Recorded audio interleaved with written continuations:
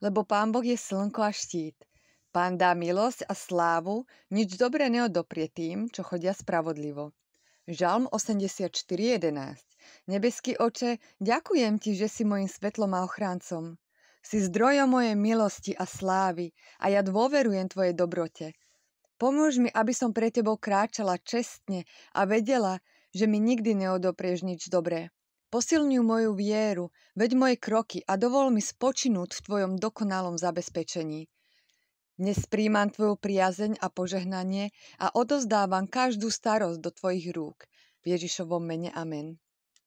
Ja vyhlasujem, že Pán je moje slnko a štít, môj zdroj svetla a ochrany. Ja kráčam v jeho milosti a priazni a nič dobré mi nebude odopreté, keď budem žiť spravodlivo pred ním. Jeho požehnania, múdrosť a zabezpečenie sú mojim životom. Ja s dôverom kráčam vpred s vedomím, že Boh vedie každý môj krok. V Ježišovom mene amen.